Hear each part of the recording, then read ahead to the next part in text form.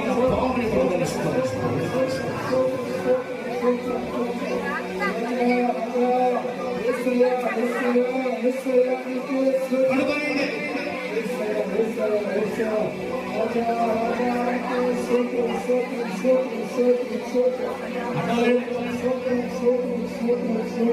పరిశుద్ధాత్మ హస్తాన్ని బిడ్డగా ఇచ్చాడు.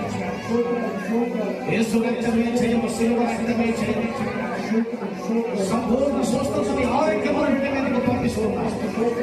గులాబ్ బలహీనతను విడుదలిస్తున్నాను. విడిచిపెట్టండి సైతాన్.